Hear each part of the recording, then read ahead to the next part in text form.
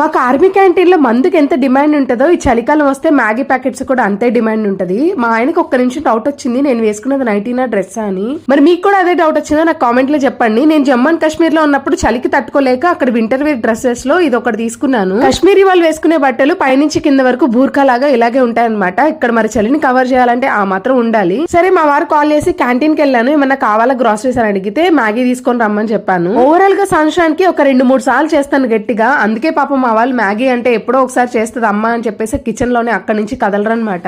Canteen కి వెళ్లి groceries కొనేటప్పుడు కాస్ట్ తక్కువగా ఉంది కదా అని మ్యాగీ ప్యాకెట్స్ మొత్తం కబోర్డ్ నిండా నింపేసేదాన్ని. కానీ ఎప్పుడైతే అన్హెల్దీ తినకూడదని చెప్తున్నారు ఇంకా అప్పటి నుంచి కొనడం మానేశాను. ఈ చలికి కిచెన్ లో నిలబడి పని చేయాలంటే కాళ్ళు చేతులు వణికిపోతా ఉంటాయి. ఇంకా వంట అవగానే వెంటనే వెళ్లి ఆ హీటర్ ముందు కూర్చొని చలి కాచుకుంటూ ఉంటాను. ఇంకా దాని ముందే కూర్చొని వేడివేడిగా మ్యాగీలో ఆనియన్స్ వేసుకొని ఓ పట్టు పట్టాను. అసలు చేయడం మానేసానేమో మా వాళ్ళు ప్లేట్లు గిన్నెలు స్పూన్లతో సహా మొత్తం నాకి పక్కన పెట్టేశారు. సబ్స్క్రైబ్.